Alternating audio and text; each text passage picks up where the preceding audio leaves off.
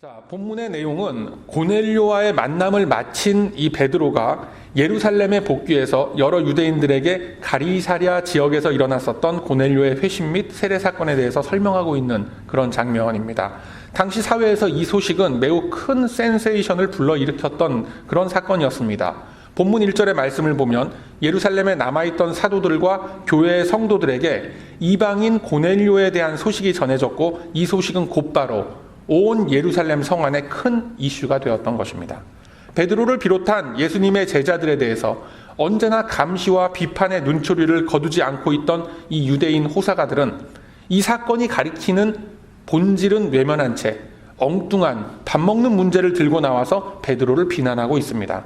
2절과 3절의 말씀을 보면 유대인들이 베드로를 비난하면서 말하기를 무할례자와 함께 밥을 먹었다면서 라고 하면서 베드로를 막 몰아세우고 있습니다. 그 내용을 자세히 보면 매우 근시안적인 사고에서 나오는 그러한 책망인 것입니다. 이 원래 비판이라는 것을 하려면 비판을 할 만한 수준이 돼야 비판도 할 수 있는 겁니다. 자신이 비판하고자 하는 대상에 대해서 정확히 알고 대안을 제시할 수 있을 정도가 되어야 비판이라는 것을 할 수가 있는 거죠. 복음에 대해서 전혀 이해하지 못하는 자들이 복음의 사도 베드로에 대해서 도대체 뭘 가지고 무슨 비판을 하겠단 말입니까? 이것이 얼마나 저급한 질책이며 책망인지 우리들이 이해하기 쉽게 비유를 하자면, 여러분, 한국 사람의 정체성은 무엇을 가지고 따질 수 있습니까? 바로 우리들의 혈연적인 뿌리와 향유하고 있는 문화와 사고방식의 공통적인 특성들, 그리고 공유하는 언어와 그 민족 공동체가 이루어가는 결과에 대한 비슷한 관념 등으로서 우리들은 나와 같은 사람이냐 아니냐라는 것을 따질 수가 있을 것입니다. 그런데 단순히 김치를 잘 먹느냐 그렇지 않느냐 이걸 가지고 한국 사람임을 따진다면 이 너무나 편협하고 이상한 기준이라고 생각할 겁니다. 대부분의 한국 사람들은 김치를 잘 먹습니다. 그런데 김치를 잘 먹는다고 해서 모두 다 한국 사람이 되는 것은 아닙니다. 유대인들이 베드로를 몰아세우는 이 장면을 보면서 우리들은 저급한 율법주의가 끼치는 폐단에 대해서 혀를 차고 있지만 이 당시의 사람들에게는 이것이 매우 중요한 문제였습니다. 자칫 잘못하면 베드로는 사내들인 공회에 넘겨져서 예수님이 당하셨던 것과 똑같은 종교 재판을 당하게 될 수도 있는 그런 상황이었습니다. 그렇기 때문에 베드로는 자신에게 일어났었던 일들을 차근차근 설명하고 있는 겁니다. 첫 번째로 베드로가 설명하고 있는 장면은 하나님께서 베드로에게 환상을 보여주시면서 큰 보자기 같은 그릇에 온갖 부정한 짐승들이 들려 올라가는 그런 장면입니다. 하나님은 이것들을 잡아 먹으라라고 하셨고, 분명하게 이를 거부하는 베드로에게 하나님이 깨끗하게 하신 것을 속되다 하지 말라라고 하셨음을 밝히고 있습니다. 큰 보자기 같은 그릇이 상징하는 것은 곧 이방인들 안에도 세워지게 될 교회를 의미하는 것이며, 유대인이 취하거나 가까이 하면 안 되는 부정한 짐승들은 바로 교회를 가득 채우게 될 이방인들을 의미하고 있는 겁니다. 예수 그리스도의 십자가 보혈로서 택하심을 입은 모든 하나님의 백성들은 거룩하다 칭함을 입은 그런 존재들인 겁니다. 사람이 자신의 자의적인 판단으로 인해서 저 사람은 참 더럽다, 저 사람은 부정하다, 저 사람은 나와는 다른 종류의 좀 이 낮은 포지션의 그런 사람이다 라는 이 모든 차별과 편견이 이제는 모두 다 씻겨진 새 시대가 열리게 되었다라는 것을 선포하고 계신 것입니다. 그리고 그로 인해서 그리스도 안에서 인종과 문화와 관습과 사상을 뛰어넘는 교회 공동체가 태동됨을 상징하는 것이 베드로가 본 환상이 갖는 의미입니다. 처음에 베드로는 이 의미를 제대로 이해하지 못했습니다.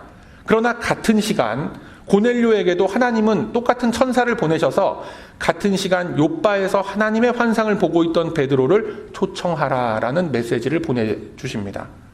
고넬료의 사자가 욥바에 있는 베드로에게 도착을 해서 그 초청의 메시지를 전달할 당시만 해도 이 베드로는 긴가민가 하는 그런 마음으로 따라 나섰습니다. 혹시나 이 초청이 나를 유인하는 어떤 덫일 수도 있겠다라는 그런 생각에서 6명의 형제들을 대동하고 베드로까지 총 7명의 베드로 일행이 고넬료의 집으로 향했었던 겁니다. 그리고 혹시라도 이 일로 인해서, 그러니까 이방인들과 접촉한 이 문제로 인해서 유대 사회에서 법정 소송까지 문제가 비화될까 봐 증인으로 세울 수 있는 7명을 다 채워서 길을 떠났던 겁니다. 베드로가 설명하고 있는 두 번째 장면은 막상 고넬료의 집에 가보니까 모든 사람들이 하나님 말씀 듣기를 사모하고 있고, 베드로가 말씀을 전할 때 그들이 죄사함의 자리에 서서 회심의 체험을 하는 사건들이 일어나게 되더라라는 겁니다. 베드로는 설명하기를 그러한 이방인들에게 우리가 세례를 베풀지 못할 이유가 어디 있겠는가라고 하면서 그들에게 세례를 베풀었고, 그때 바로 오순절 성령 강림 사건과 같은 일들이 이방인들에게도 동일하게 일어났었다라는 것을 보고하고 있는 겁니다. 그리고 이 모든 일들이 베드로 자신의 계획과 의지로서 일어난 것이 아니라 하나님의 강권적인 일하심의 결과였다라는 것을 증거하고 있는 겁니다. 자, 그 결과로서 본문 18절에 기록된 바와 같이 베드로를 비난하고 실책하던 그런 사람들이 이제 모두 잠잠해졌습니다. 그리고 하나님께서 이방인들에게도 은혜를 부어주셨다라는 사실을 인정하게 된 큰 사건이 벌어지게 된 것입니다. 베드로를 비롯한 당시 유대인들은 하나님의 백성이 될 수 있는 조건과 자격을 놓고 자신들만이 받았다라고 자부하는 그 율법을 어느 정도로 지키고 따르는지를 통해서 판단을 했었습니다.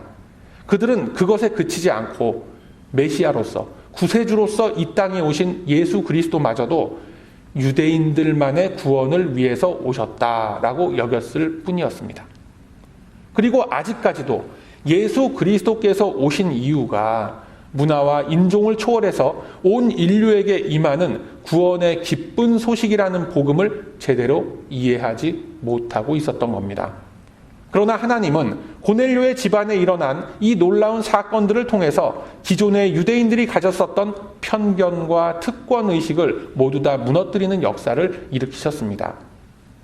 결과적으로 이 베드로는 그 이후에도 유대인들을 위주로 하는 그런 사역에 매진하게 되고, 앞으로 계속 등장하게 될 사도 바울이 오히려 이방인 선교의 최전방에서 많은 활약을 펼치게 되기도 합니다.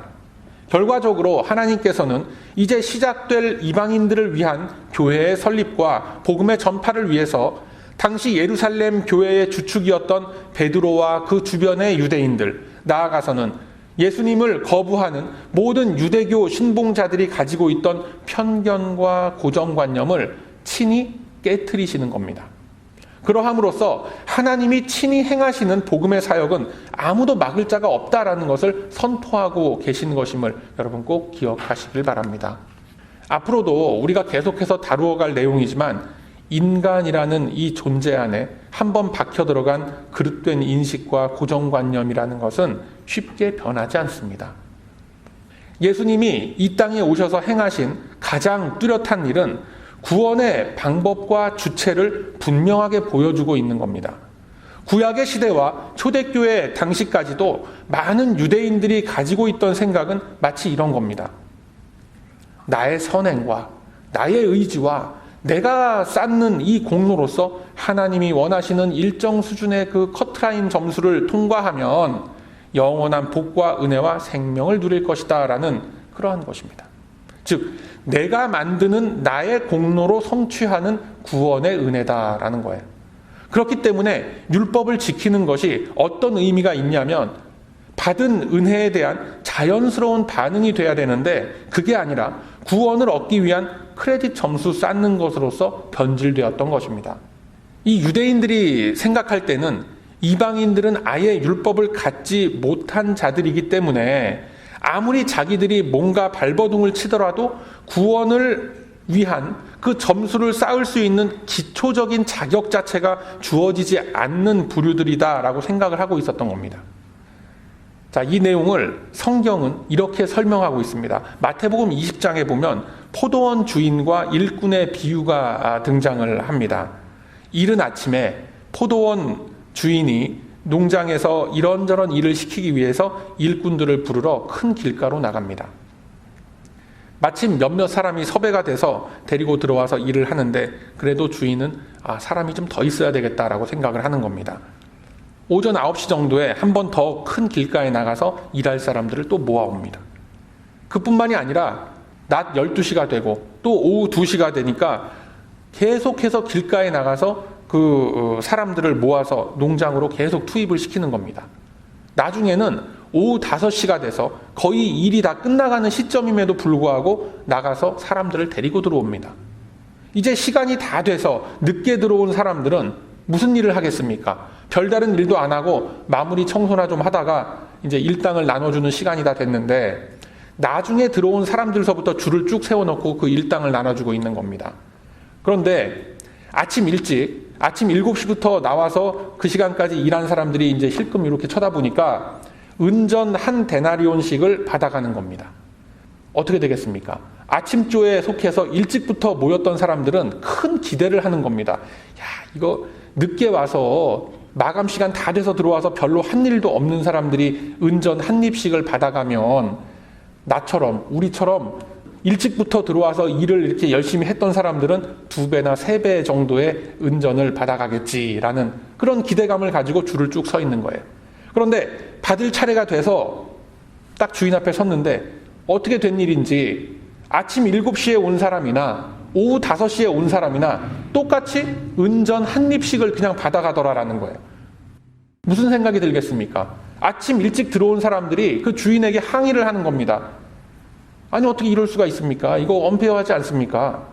그러자 주인이 말하기를 어차피 내가 너를 불렀을 때 은전 한 잎을 주기로 하고 네가 지금 이 농장에 들어온 것이 아니냐.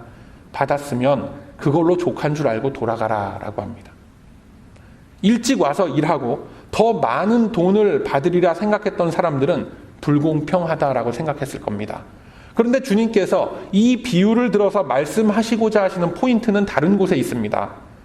이 비유는 일찍 왔네, 늦게 왔네, 일당을 공평하게 줬네, 안 줬네 이 문제가 아니라 애초에 그 포도원 안으로 누가 불러서 그 일꾼들이 들어왔느냐라는 것에 포인트가 있는 거예요.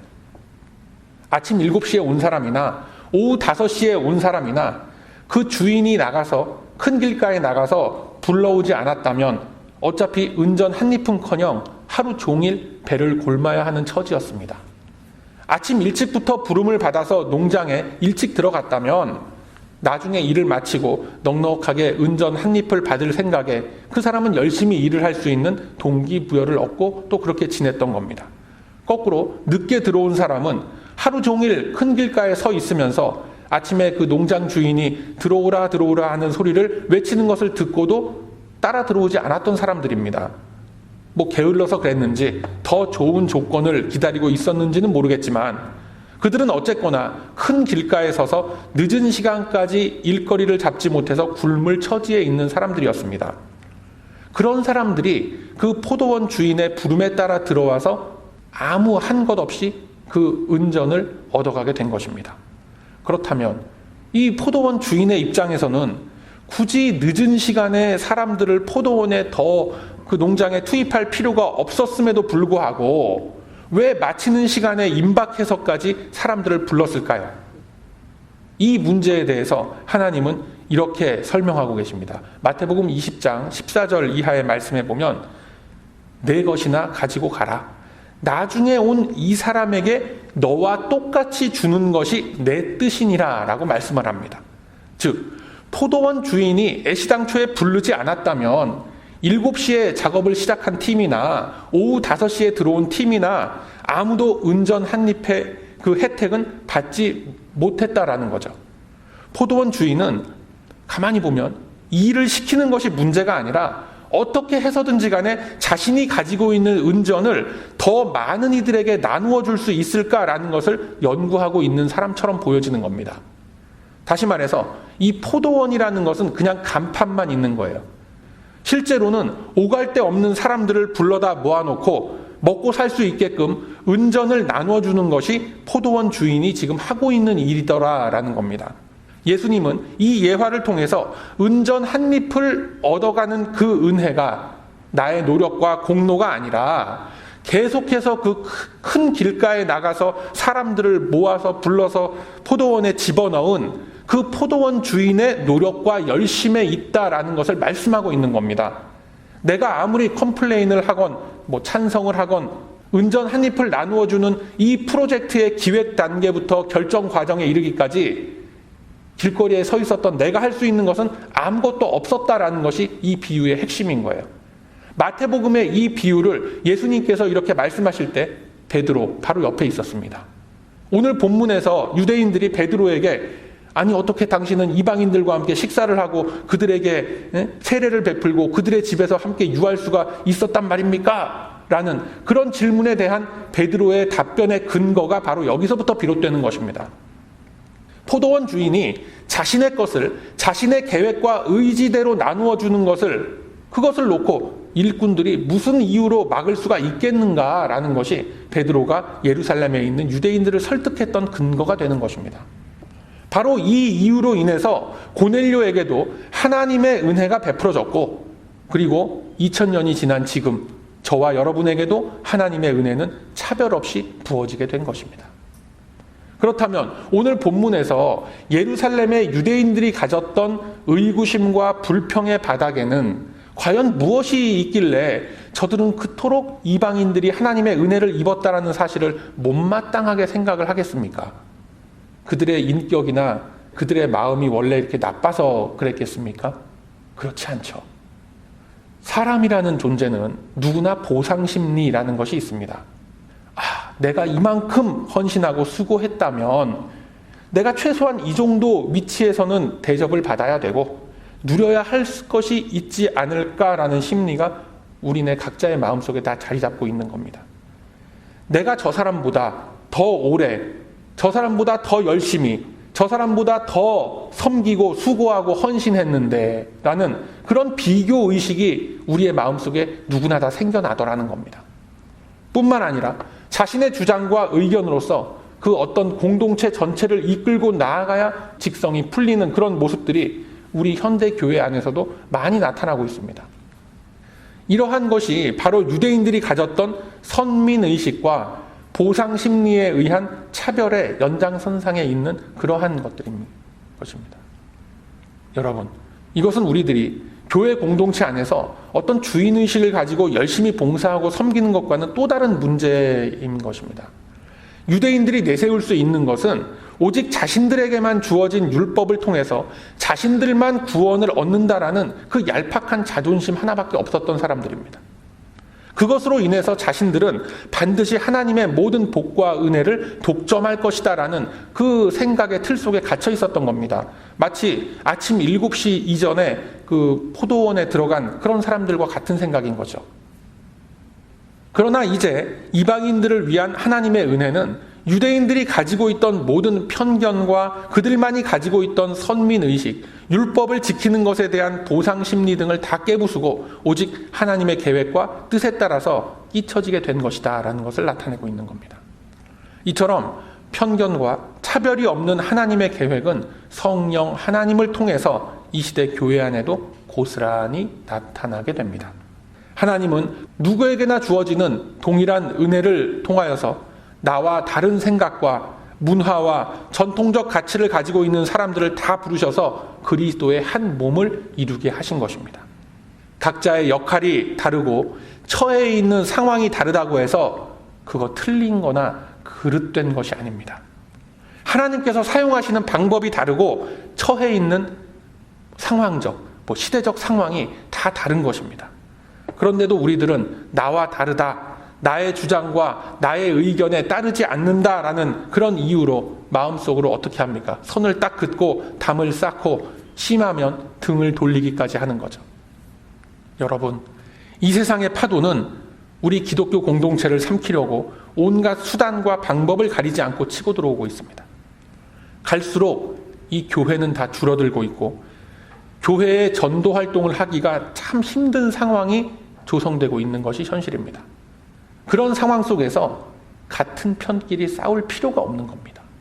그 알량한 신학적 소견이 어쩌네, 문화적 관습의 차이라는 그런 이유로 인해서 어찌 보면 불신자보다도 더욱 상대방을 비난하고 인정치 않으려는 모습들이 우리 안에 많이 나타나는 것입니다. 그러면서 들이대는 이유가 뭐냐면 모두 다 하나님의 영광을 위하여라고 합니다. 하나님이 그 영광 받으시는지 저는 모르겠습니다.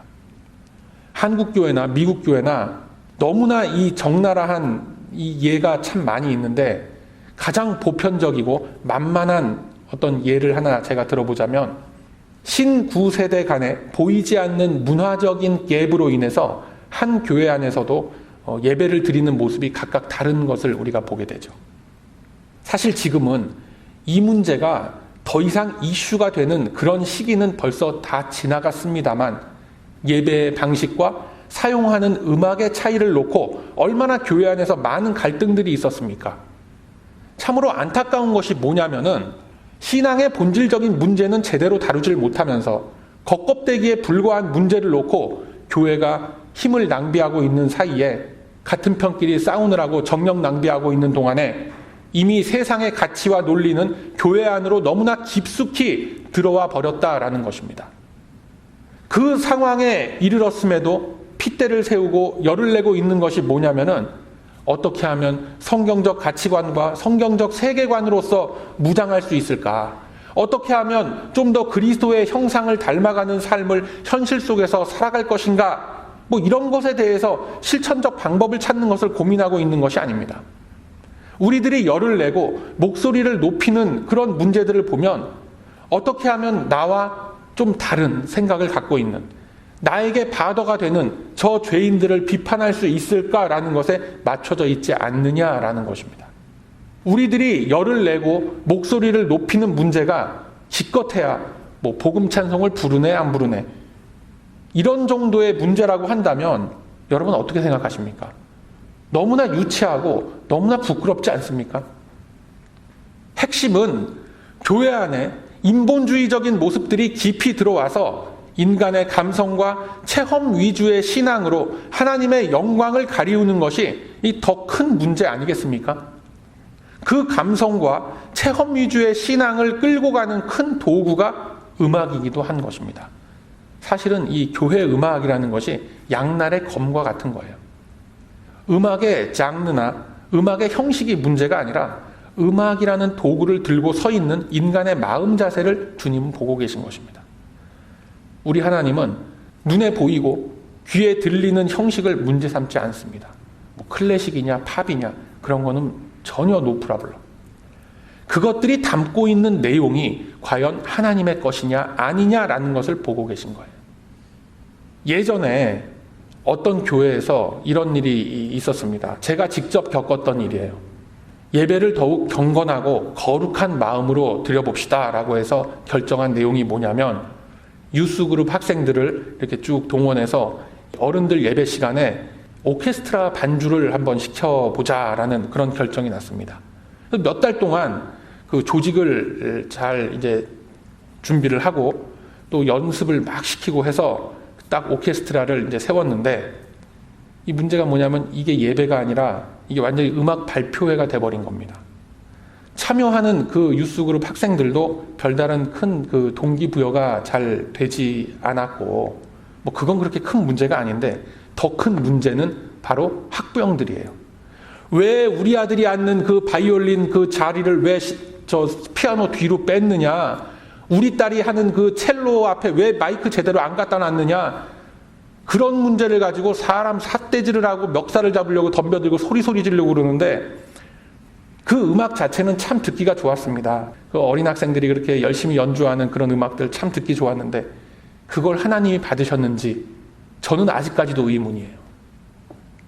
오죽했으면 종교개혁자 칼빈은 중세 교회가 음악이라는 도구를 들고 나와서 예배의 본질을 가리우는 그 결과가 나오니까 어떻게 했습니까? 제네바에서 아예 악기를 다 빼버리고 시편 찬송만을 그냥 아카펠라로 부르도록 했겠습니까? 오죽했으면 그랬겠어요. 오죽했으면. 제가 교회 음악이라는 하나의 예를 든 것에 불과하지만 이러한 예는 우리 주변에서 얼마든지 찾아낼 수 있습니다. 선교를 하는 모습, 교회의 행정적인 문제를 처리하는 모습들, 교인들끼리 모여 앉아서 교제를 하는 그런 모습들, 우리 안에 벌어지고 있는 그런 일들조차도 각자의 소견에 옳다고 생각하는 대로 다 제각각인 것입니다. 과연 그 속에 하나님이 계실까? 당연히 계시죠. 당연히 하나님은 어디나 계시지만 결코 기뻐하는 마음으로 계시지는 않죠. 교회 안에서조차 이런 정도인데 사회에 나가서 빛과 소금의 역할을 하겠습니까? 못하는 것이 당연하고 해서도 안 되는 겁니다. 사랑하는 우리 베다니 가족 여러분, 복음은 모든 사람들의 마음을 하나로 묶어내는 신비한 능력이 있습니다. 복음은 나의 옛사람의 모습을 죽이고 그리스도의 보혈로 인하여 다시 태어난 새 생명의 성장을 일으키는 힘이 있는 것입니다. 이 유대인들은 복음을 받아들이지 못했었기 때문에 예수님과 이 사도들과 동시대를 살았음에도 불구하고 하나님의 말씀이 의미하는 본질을 놓치고 자신들의 입맛대로, 취향대로, 엉터리 전통대로 편을 가르고 분열과 반목을 일으키면서 하나님의 영광을 가리웠던 것입니다. 우리들이 말씀 앞에 깨어있지 못하면 내가 받은 은혜와 내가 걸어온 방법만이 옳다고 주장하는 이 유대인 할례자들처럼 되어버리는 겁니다. 여러분, 하나님이 원하시는 것은 나의 헌신과 나의 봉사가 우선이 아니라 마음의 중심이 하나님을 향하고 있는가 없는가의 여부임을 꼭 기억하시길 바랍니다. 마음의 중심이 하나님께 딱 고정이 되어 있다면 그 속에서 바로 헌신과 봉사의 행동들은 성령께서 앞장서서 하게끔 하시는 겁니다.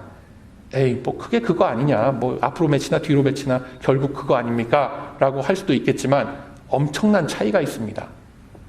내가 앞장서서 하는 일과 성령께서 강한 동기부여를 주셔서 하시는 일은 그 과정은 다 비슷해 보이겠지만 나중에 그 결과가 낳는 파장에 있어서 엄청난 차이를 불러오는 것입니다. 본문에 등장하는 할례자라고 불리는 이 유대인들, 고넬료와 그의 식솔들 모두 다 경건한 사람들이었습니다. 소위 말하는 착하고 선량하게 살던 사람들이었습니다. 그러나 하나님의 기준에는 착하고 선량한 것이 그게 먼저가 아니라 그들에게 은혜를 주셔서 회개함의 자리, 죄사함의 자리에 먼저 서도록 하시는 겁니다.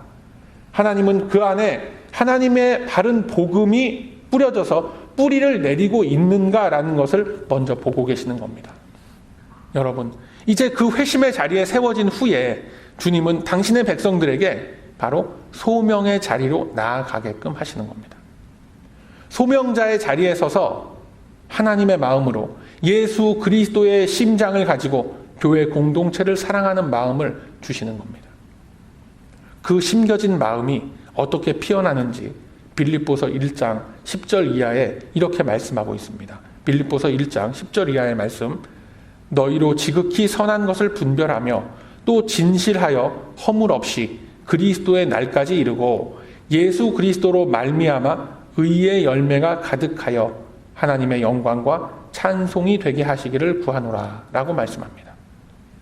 이 말씀과 같이 선한 일들을 우리네 삶 속에서 분별할 수 있고 또 진실함으로 의의 열매를 맺을 수 있는 우리 모두가 다 되시길 소망합니다.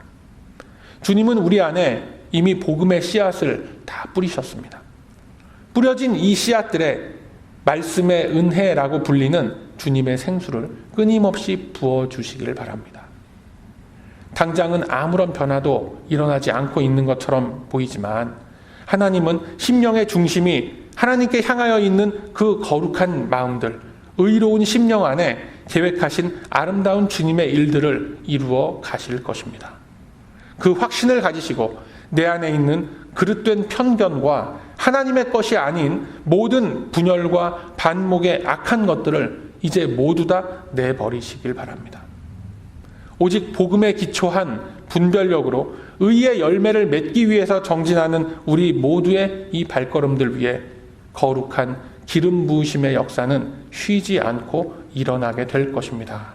그러하므로 이제는 오직 복음 안에서 하나된 믿음으로 교회 공동체를 세워나가며 의의 열매를 맺어감으로 주님의 영광과 주님의 찬송이 되는 저와 여러분의 복된 인생길이 다 되시길 이 아침에 주님의 이름으로 축원드립니다. 아멘.